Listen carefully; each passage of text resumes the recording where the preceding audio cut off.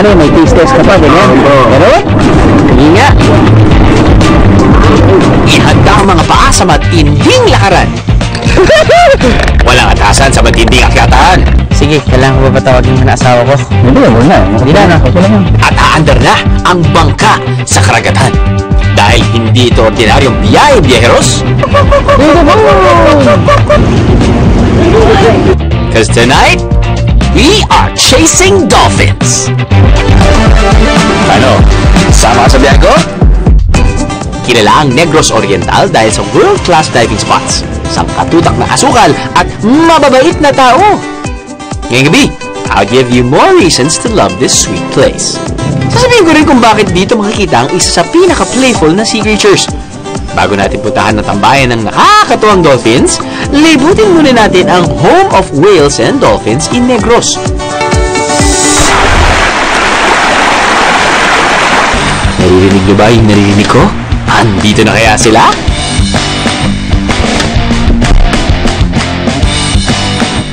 Isang habhaban, o sa Tagalog, kainan ng ating pupuntahan. Teka, makakita kaya tayo ng food court sa loob nito?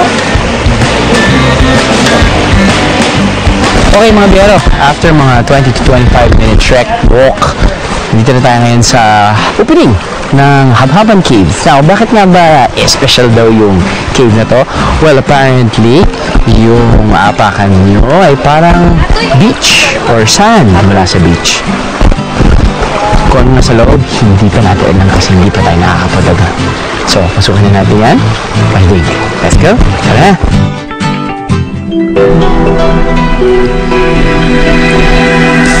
Dito sa Habhaban Cave, iba't ibang challenge ang kailangan nyong malagpasan para marating ang dulo. Aba, unang challenge pa lang kinakahabhaban na ako. Dahil kailangan pasukin ang maliit na opening na kuweba habang nakalubog ang buong katawan sa tubig.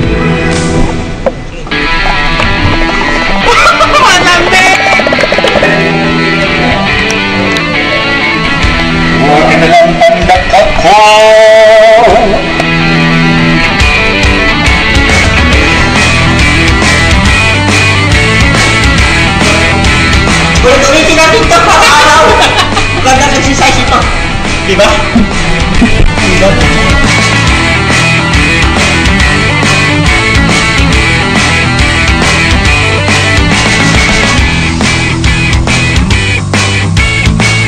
Pagkatapos ng makapigil hiningan challenge, lakad pa more, bieros.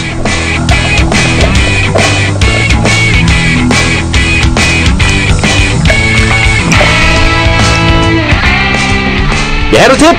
Mas mabuting magsama ng spelunking guide at magdala ng proper equipment bago pumasok dito. Ika nga ng mga kumpanyero ko. Better safe than sorry.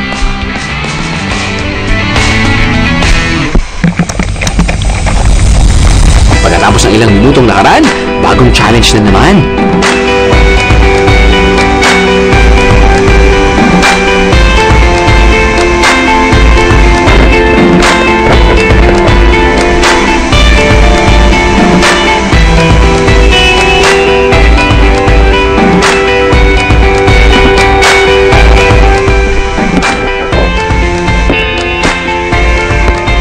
Huwag mag-give up. I-enjoy lang ang lamig ng tubig sa loob ng kuweba habang pinagmamasdan ng magagandang rock formation.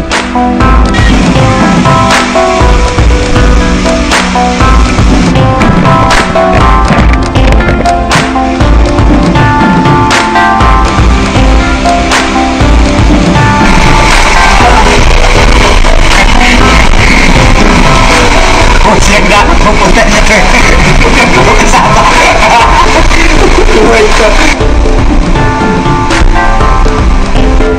Konting walkathon ba?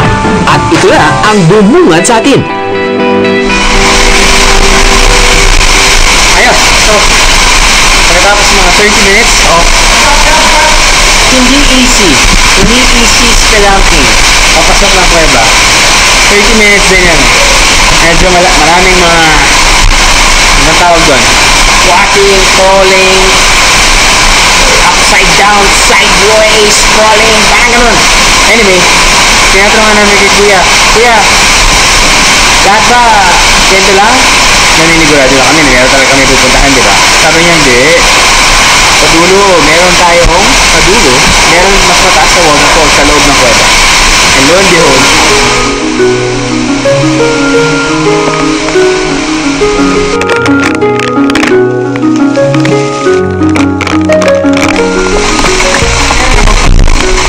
naman pala yung 30 minutes.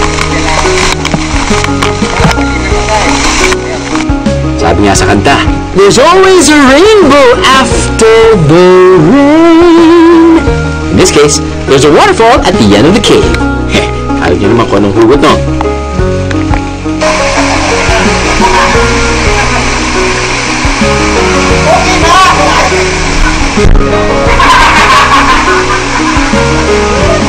Good job, BND crew!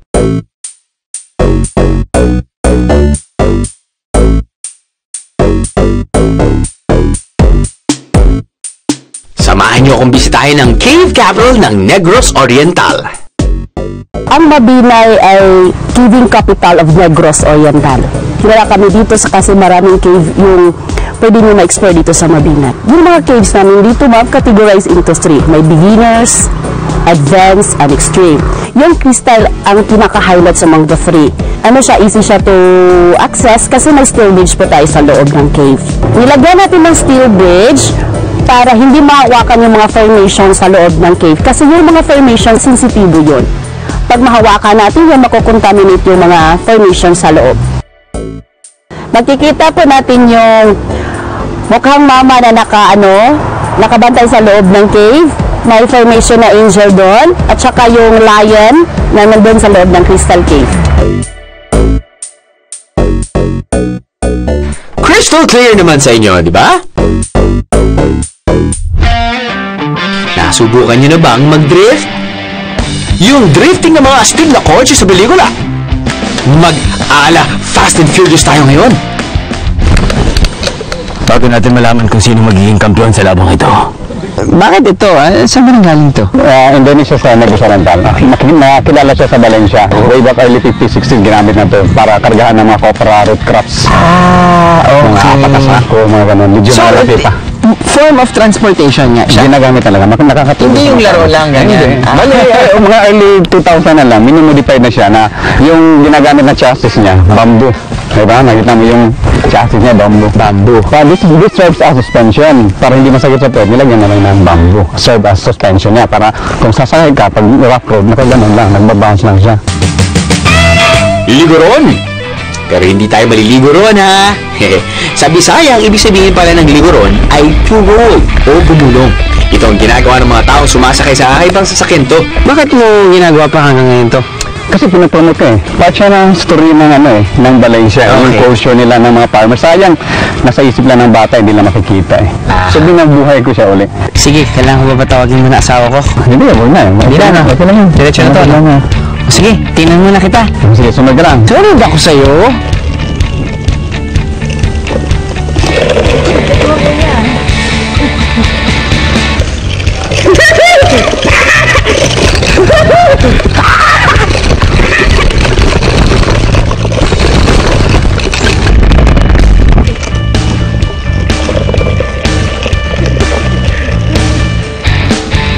Panalo to. Ayos! Salamat, pare. Isa pa sa pinagmamalaki ng bayan ng Bayawan ay ang kanilang local delicacies. From ulam to snack, kumpleto rito. Imagine this, pasitabi po sa mga hindi pa naghahapunan, ha? Bagong luto na daing! Di ba perfect Pinoy breakfast to? Sarap! Pero kung snacks ang inyong hanap, ba't hindi subukan ang kanilang baye-baye?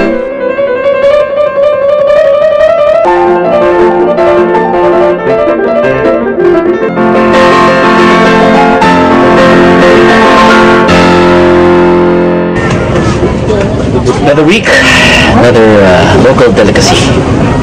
Kala natin, tikman na natin lahat. 12 years every week. Of course not! Ito ay ang kanilang version ng espesyal. Tawag na dito ay baye-baye. Now, sinabi nila, nilipak daw nila ito. Mali, hindi. Binukayo pala. Binukayo nila ito para mas tumagal. yung shelf life. Kapag binubuhat nyo, nararamdaman nyo kung gaano kabigat to, malalaman nyo na talagang siksik siya. Now, i-extend nyo yung kamay nyo ngayon. Extend nyo yung kamay nyo mula sa TV. I-extend nyo yung kamay nyo. Yung kamay. Yan. Pag ganyan. Yan. Ito sa inyo kung gaano kabigat, ha? Diba? Ganyan kabigat yan. Now, yan na. Ito yung kakainin ko kasi hinawakan yun eh. Pero ang bigot na ito, men. Talaga, parang siyang paperweight. Alam mo yun sa opisina? Pag marami kang papeles. Yeah. So, pag may merenda,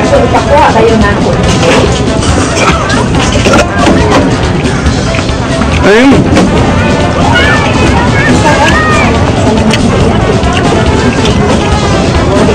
Para saan mas hearty siya kasi sa espasol. Dahil syempre, siksik. Pati yung tamis niya, hindi yun ang katamis. Kaya gusto ko din. Pero mind you, pag naubos mo isa, ang ganito, buong araw kang busog.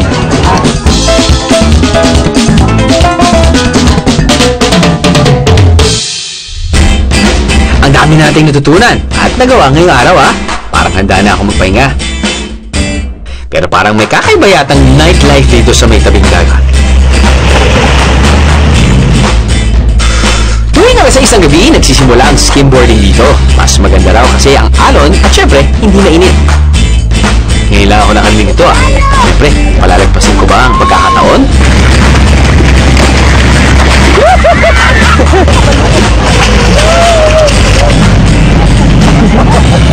Ilang beses ko na sinubukan to, wala pa rin progress. Wala pa rin. 2 oras mula sa Dumaguete City, makikita ang isang matangkad, malago, at magandang falls sa bayan ng Bayawan. Ang Lourdes Falls.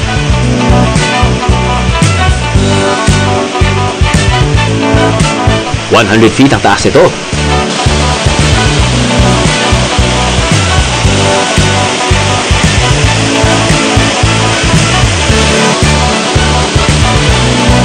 Okay pa naman ang mga leeg natin, no? Tingala at mamanghalang mga biyero. Bukod sa mataas na falls, maraming bagay pa ang makikita rito. Halimbawa, sa Bayawan, may mga bisikletang gawa sa kawayan. Mapadali kaya ang paghahanap ko sa dolphins kapag sinakyan ko to? Bayaw Ani o Bayawan Advocates for Network of Indigenous Initiatives. Ito ang tawag sa grupong ito na ang layunin ay labanan ng lumalalang epekto ng climate change. At ang nakita nilang solusyon? Eco-friendly bicycles. It started yung tingin namin na dapat aksyonan yung problema sa climate change, specifically dun sa pagbaha at sa init. Nagsimula siya sa parang training, bamboo bike, mentorship. Tapos isip namin paano i-connect sa community. So timing na merong K-12 program yung DepEd, baka we could train the kids. Ang magaganda at matitibay na bisikletang to, hindi lang basta gawang Pinoy, kundi gawa ng mga kabataang Pinoy. Gaano katagal bago ka makagawa ng isang bamboo bike? Isang buwan po. Isang buwan din. Kasi mahirap to eh. Oo, mahirap pa ganun. Pag bago ka pa, minsan ginaano ka sa sarili mo na parang ayaw mo na bumunto ka na sa pagtabaho nito.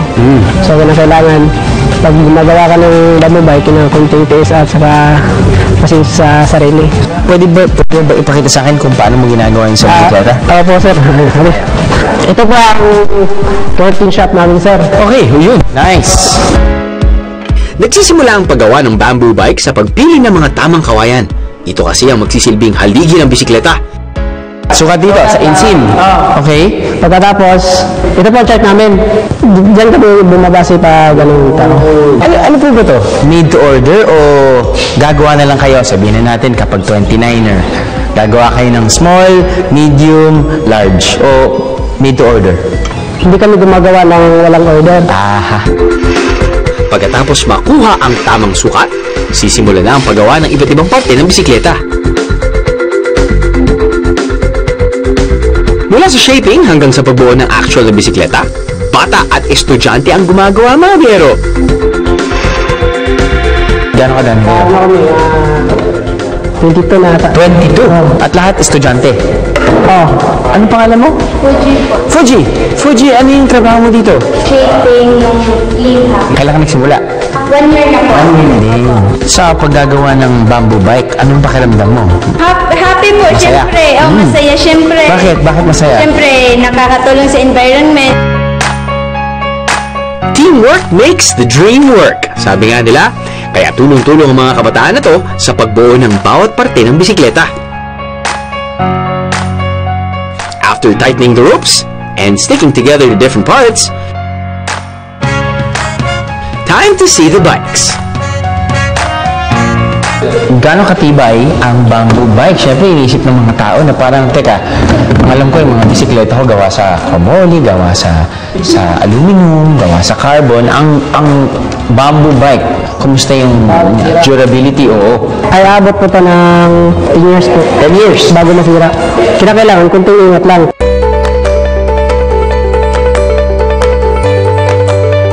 Bukod sa benepisyo nito sa kalikasan, nakatutulong din ito sa pag-aaral ng mga kabataan. Magkano kinikita nyo kada frame? Sa isang frame po, kinikita namin ay 1.8 po. Tapos hati-hati na kayo. Dalawa po kami. So, gano'n ka-importante na gumagawa din kayo ng frame sa inyong pamumuhay? Nakatutulong talaga sa amin yan pag may bayaran kami sa paralan. Doon kami kumukuha. Dahil dyan, 2 thumbs up for you, guys! Character City, dyan kilala ang syudad ng Bayawan sa Negros.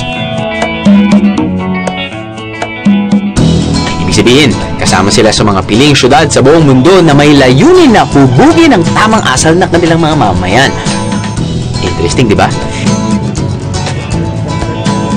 Hindi nakapagtataka na ang ibang taga rito ay may kanya-kanyang advokasya tulad ng eco-friendly transportation.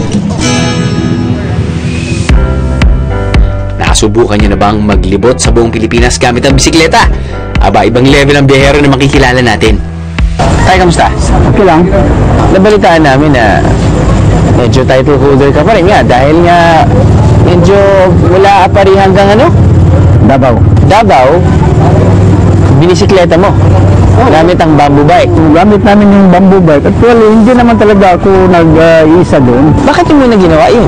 Pakita sa tao na yung pagbabiyahe, kahit na anong sasakyan, hindi magastos. Iba yung pag nagbabike eh.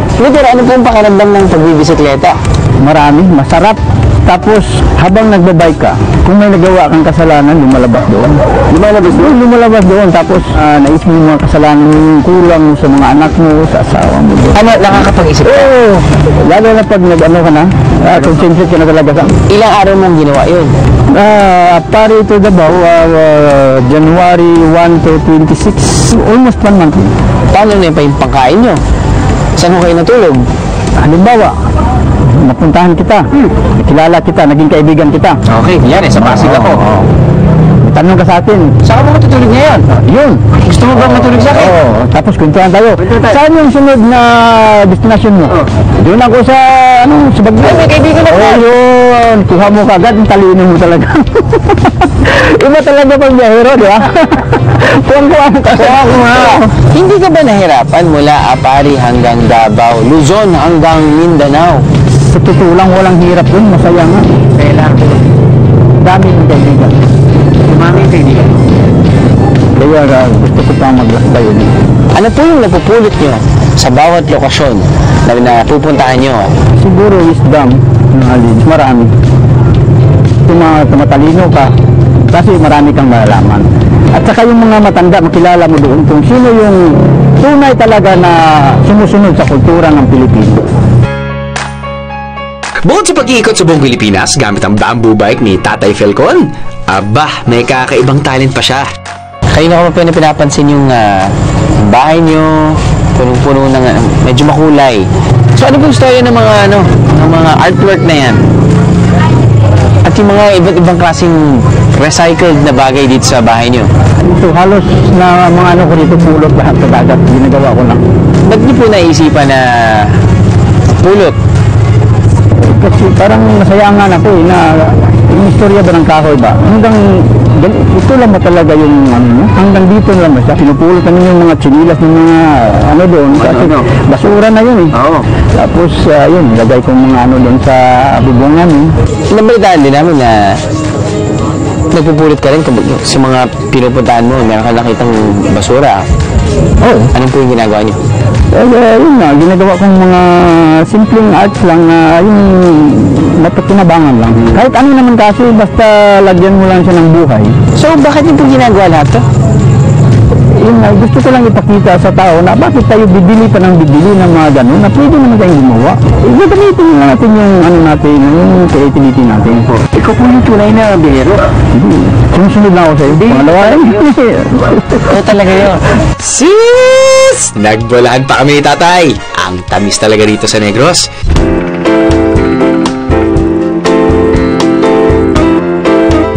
Nakatikim ka na ba ng kalabasa spaghetti? O, yung kalabasa. Yung sinabi ng nanay mo na nagpapalinaw ng mata. Alam mo bang paborito rin siyang merienda ng mga taga Negros Oriental? May gata na kalabasa, ginataang kalabasa, pinakbit na may kalabasa. Nagluluto kami ng ginawa namin ng squash noodle. Pagluto na Pagluto na, pwede natin haluan ng gagawa tayo ng parang spaghetti. Ayan na! Wow! Ito! Naluto. Ihalo natin dyan. So, may sarili po kayong meat sauce. Ako nang nagluluto nito. Okay. Kung halo niyan. Mayroon itong sausage, chorizo. Chorizo. Mayroong cheese, mushroom. Cheese pa po kayo. May cheese pa, lalagyan pa yan. Yun. Pero bago natin ito tikman, paano nga ba ginagawa ang kakaibang noodles na to? Harina. Kalabasa. Kalabasa. Ano po yung... Asin. Asin. At saka yung lihiya. Lihiya. Ito po Yung mga pag-Buddhist na lihiya. Lihiya. Ano po ba yung ratio? Ng kalabasa Kalabasa at saka harina. Flour. Okay. 2 cups sa flour, 1 cup base na kalabasa, 1 teaspoon ng asin, at saka 1 teaspoon ng... Yes. 1:2. Kalabasa to 2 flour. Okay. Gusto ko lang po malaman kung ano yung pagkakaiba ng normal pasta. Pasta, nga. Flour lang talaga. Oo nga. As compared to With kalabasa. kalabasa. Yes. Nutritious na. Sabi nga nila. Okay. Sige, subukan mo. Subukan ko po. Oo. Nahalo ko lang eh. Oo nga. Para balik-balikan mo yan dito. Balik-balikan ko talaga to. Sa totoo lang ha. I think gusto ng mga Pilipino eh. Yung klaseng noodles na gusto ng mga Pilipino, yung malambot na. Hindi yung mga al dente ng mga Italiano, yung mga... Ayun, matigas talaga yun. Ito yung... Dahil gawa sa sa kalabasa eh. Milk sinyo. Parang ganun ba? Oo nga. Teka, bakit ano ko nalalasahan na pineapple? Aking version na yan, maglalagay ng Dito po. additional Pampatamis. Pangpatamis. Oo nga. So apparently mga biyera, meron daw sarap na kapartner ang kalabasa. Ito daw ay ang Duhat. ng pinggan. Yes. Yes. Ano po ito? Duhat. Lumboy in Bisaya. Duhat, ito yung pag nalasahan. Ayan, yun ang fresh na fruit na duhat. Duhat! Duhat, yun. Uy, parang lambanog. So ito, duhat. Duhat wine. Wine. 2015, last year. Hindi pa naman po na expired. Okay nga yung combination nila, ma'am. Kasi alam mo naman yung spaghetti na panlasa ng mga hinahanap ng mga Pilipino, medyo konting matamis. Kaya yung siguro nilagay ng pineapple. Ito rin kasi may konting tamis eh. Tamis din, Pero okay lang. Naisip ko lang po, no? Yung mga chips yun na to, pwede nyo lagyan ng konti dito sa pasta para may konting texture. Pwede. Yun. Diba? Pwede. Oh, naririnig ko pa ang crunchy yun. Yung crunchy na pag kinakawet mo yun. Nako. Na, 1998 nang madeklara ng isang marine protected area ang Tanyan Strait. May haba itong 161 hectares at makikita ito sa pagitan ng Negros at Cebu. Sakop din nito ang 2 rehiyon, 3 probinsya at 42 coastal cities and towns. Ito ang pinakamalawak na marine protected area sa buong Pilipinas. Dito kaya makikita ang hinahanap kong dolphins? This is our 5th time. Dinala namin yung families namin para ma-explore nila yung magandang manuyod na sinasabi namin palagi. unexplored yung place, tahimik, maganda ang lugar. Halos karamihan ng matutuluyan dito ay matatagpuan sa tabing dagat.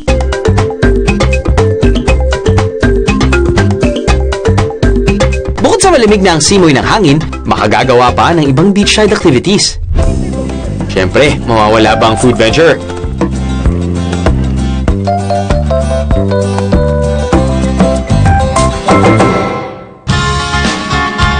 We're in the middle of paradise. Ito yung tinatawag nilang Manpuyod Sandbar. Siyempre, mas makikita nyo ang sandbar kapag low tide. Medyo low tide naman din dahil pwede ka pa naman maglakad. Few hundred meters probably. But anyway, situated dito sa Manpuyod Sandbar ay 1, 2, 3, 4, around 4, ano ba to? House on stilts. Cottages. Made by LGU. Pwede nyo rentahan din. May kwarto sila, may CR, pwede kayo magluto. Of course, nandiyan sa dagat, halos lahat ay seafood. Now, ang daming fresh seafood dito. You have your sea urchin, you have your fish, your squid, your the clams. The clams, sa sobrang fresh yan, puntahan natin kung sino ba yung nagbibenta dito. Kuya Ronald, ano yung binibenta mo dyan? Ano to? Sea urchin. Sea urchin. Salawaki. Salawaki. Oh. Ano pa? Ito, kuya. Kuya. Kuya. Oyster. Oyster. Oh. Tawag kuya, oyster. Oyster, tawag kuya. Pag ate. Hindi. Lalaki. Kuya, ilang yung tawag niyo sa oyster. Kuya, tawag. Tapos ito. Ito, tambubo. Tambubo. Tambubo. Ito lahat binibenta mo. Ito lahat pwedeng kainin. Lahat kainin to. Sarap to iyaw, kilaw. Saan mo ito nakuha? Diyan sa malalim. So, rumurunda lang kayo dito para magbenta? Araw-araw. Araw-araw. Magkano yung benta nyo? Yung isang timba po, 300. Isang timba, 300. Kahit ano na yan. Nakakailan timba po kayo? Araw-araw. Ito lang binta ko eh. Mga 3, 4. Araw-araw. So ito, kailan mo nakuha to? Kanina lang. Kanina lang. Umaga. Kanina umaga. Ba't meron kang spoon? Pang hilang. Ito ang pangahig na Tapos itong ganyan. Ano yun, may taste test ka pa, ganyan? Meron? Sige nga. Yan yun. Ilaw, pwede na siya kanon. Pwede na kainin? Pwede. Talaga? Yung Ito, gamit-gamit. Ganun gamit. Hindi yung tinik. Karaan mo lang, hindi.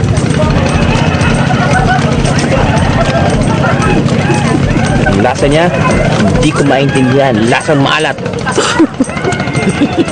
Hindi pa yung sarili siya lasa, pero I guess kakaiba. Winner! Bukod sa White Sandbar, dolphins at seafoods, may iba pang dahilan kung bakit dinarayo ang mga lugar malapit sa Tanyan Strait. Dagat!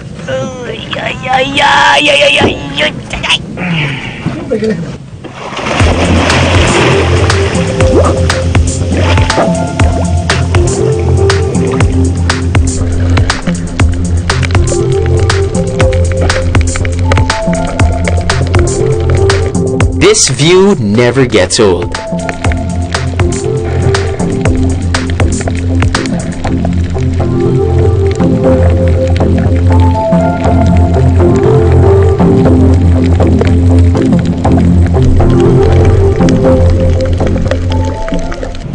Isa sa mga dahilan kung bakit makakita ang mga dolphins sa Tanyan Strait ay ang yamang dagat ito. Marami kasing mangrove ang nakapalibot dito, kaya maraming isda na siya namang nakakain ng mga dolphin. Tulad nitong part na nakikita nyo sa gitna ng dagat. Dito kaya nagtatago ang playful creatures na hinahanap ko?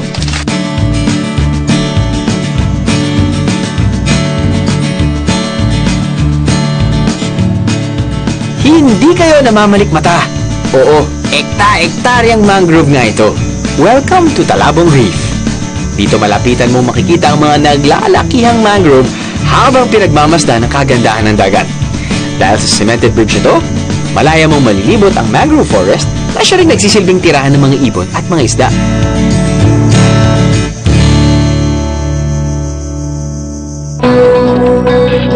Meron lang season na yung dagat talagang calm, so walang maraming alon. From March to August, yung mga dolphins at saka whales, whole year nandyan yan sila. Kaso lang, mas madali silang makikita pag early in the morning. Kasi yun yung time na parang calm yung dagat, walang maraming alon. So, mas madali makita yung mga dorsal fins nila.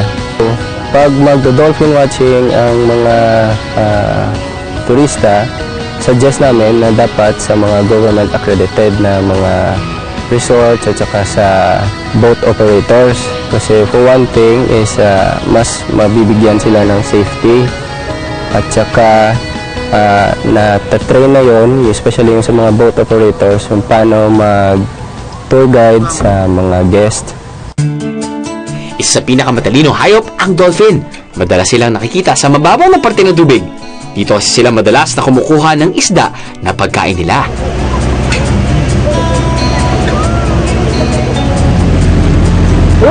Ayan. Fine. Pa. They're gonna surface again, somewhere there. There. Kita mo?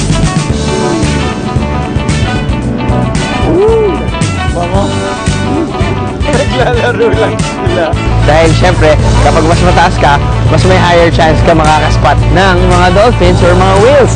And lo and behold, ayan na, papunta na dito. Ayan. Sa Pilipinas, 11 klase ng dolphins ang nakikita. Ngunit ang madalas nakikita dito sa Tynan Strait ay ang 2 klase ng dolphin. Just a few seconds ago, meron kami nakita mga tumatalo na dolphins. Now, apparently, yung mga tumatalo na dolphins daw ay mga spinners. Kapag mahilig tumalon sa tubig at mahilig magpasikat, spinner dolphins ang tawag sa kanila. Kilala ang mga spinner dolphins dahil sa kanilang acrobatic moves sa dagat. Sila na! Now, ano bang ginagawa mo kapag makakita ka ng dolphin? Hindi ka magdadive at hindi susubukan lumangoy kasama nila. Dahil one, masyado sila mabilis. Pangalawa, they're still wild animals, so hindi mo alam kung ano gagawin nila. So, dito ka lang sa boat, chill ka lang, nood-nood, picture-picture kung kaya nyo, kung gano'n kayo kabilis. At ngiti lang, enjoy the moment.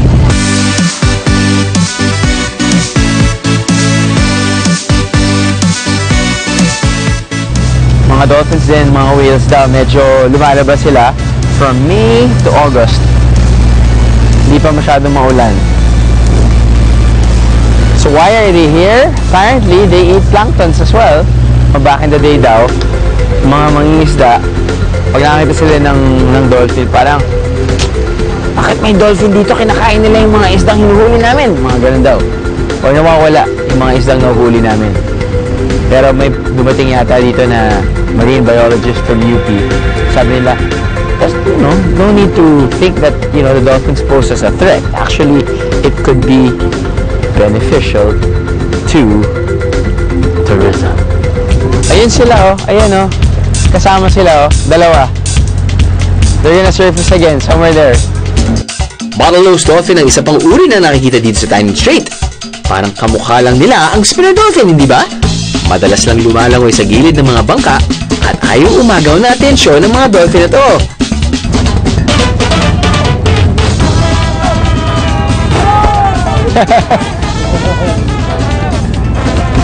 Nakahanap na kayo, okay na? Hindi ako dolphin!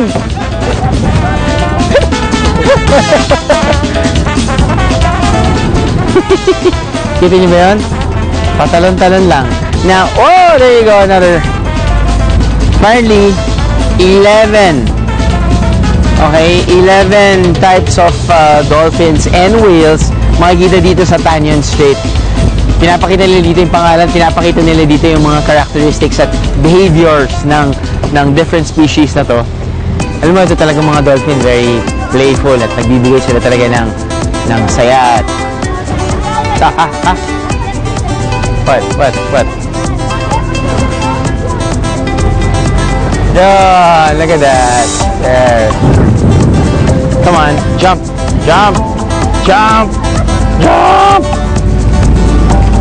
Yan! Ay, nako. So, mga dolphins talaga nagbibigay ng saya, diba? Sa mga tao. Ay, yung totoo naman. Komedyante sila eh. Diba? Dolphin? Dolphin. Huwag natin i-edit ito ha. Huwag natin i-edit. Cut.